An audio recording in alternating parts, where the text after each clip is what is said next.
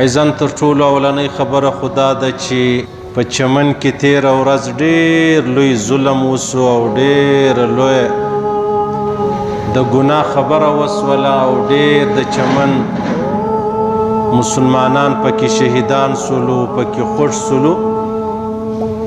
خبره داسې ده عزیزانو، زموږ وطن و هغه سټیج ته را رسېدلی دی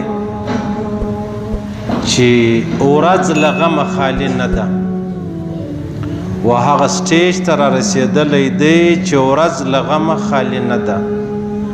بیا خاص کر زما او ستا د پښتنو پر کورو ورځ هم بده او شپه هم بده.